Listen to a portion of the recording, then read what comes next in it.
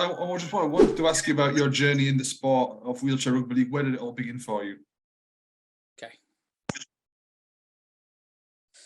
So it began for me actually seeing Boots and All, late 2007 on the old Boots and All Rugby League programme.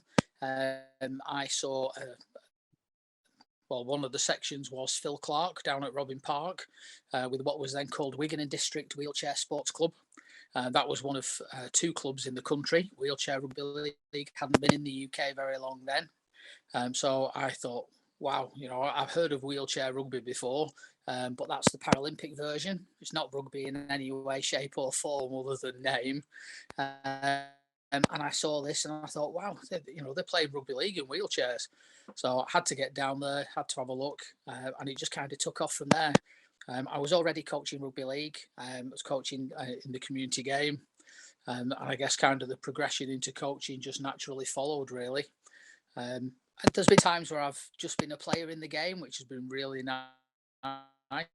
You can kind of take one of your hats off and just concentrate on playing. But I guess once you're an experienced coach, whether you're actually a fortune or not, you can't help but analyse things as a coach.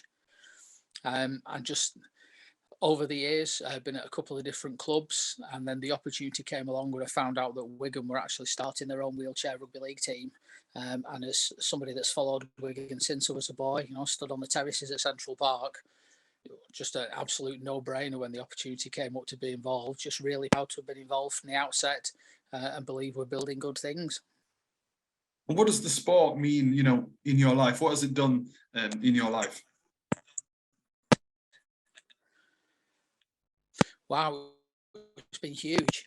So I've had a couple of periods in my life where, because of my disability and the impact of surgery and things like that, where I've been out of work, and it's been a kind of consistent thing for me. Obviously, alongside family, it's kept me motivated, keeps me fit, keeps me healthy. I'm very motivated to go to the gym, and train as often as I can. Sometimes 5 or 6 days a week if we haven't got a game.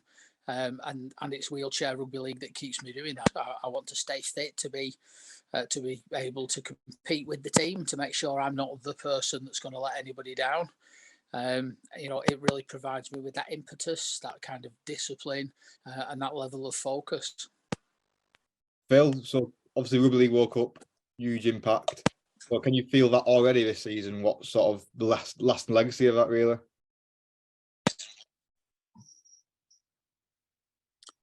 Oh, definitely. Sort of this time last year, we played our first game at Robin Park, and we probably had, sort of 30 or 40 people in the hall watching, mainly friends or family. A couple of new people came along and were kind of shocked by the speed intensity, as they always are. But when we played that first game against Halifax at Robin Park last month, I tried counting people from the other side of the court, lost count at a couple of hundred. Brilliant atmosphere. Everybody's asking about the game. Everybody's asking about the sport. Obviously, the fan village is open now before every Wigan Warriors home match. We always make sure that we're there and we have a presence. People are coming to us all the time asking questions. There's some real impetus now that the game's had a level of publicity that obviously I'm a bit biased, but I think it deserves.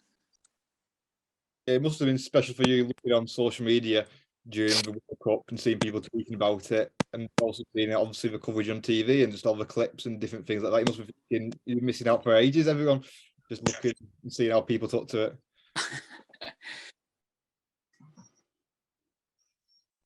Yeah, I'm not sure we'd be missing out. I think we knew that if it had sort of the right platform, that the sport would engage people. It's very good at doing that, and always has been. It's been a bit of a slow burner, obviously, for quite a while, and it is really Rugby League World Cup 2021 that kind of sparked that and gave it that impetus. I can recall coming back from 2008 in Australia, and there was some brief interest, but certainly nothing like the platform that the last World Cups provided.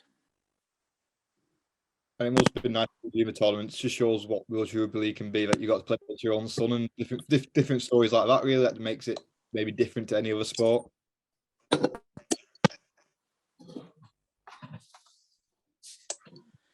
Yeah, definitely. You know, it's very different in that sense. I think just that level of inclusivity is absolutely huge, and there are, I guess, there's those kind of stories within any sport, but they're quite, I guess, high profile in our sport because of that ability to have both disabled and non-disabled players together. And most of the non-disabled players that come and play Wheelchair Rugby League usually have a story, whether they've come along with a family member or a friend, or now we're increasingly finding just got an interest in the sport. But there's lots of those stories. Cheers, mate. That's all my questions. I'll pass you on. No problem. Thank you. Hi, Phil. Just a couple for you. Just wondering what are the biggest things the team learnt from last season that you've taken into the current Wheelchair Super League season?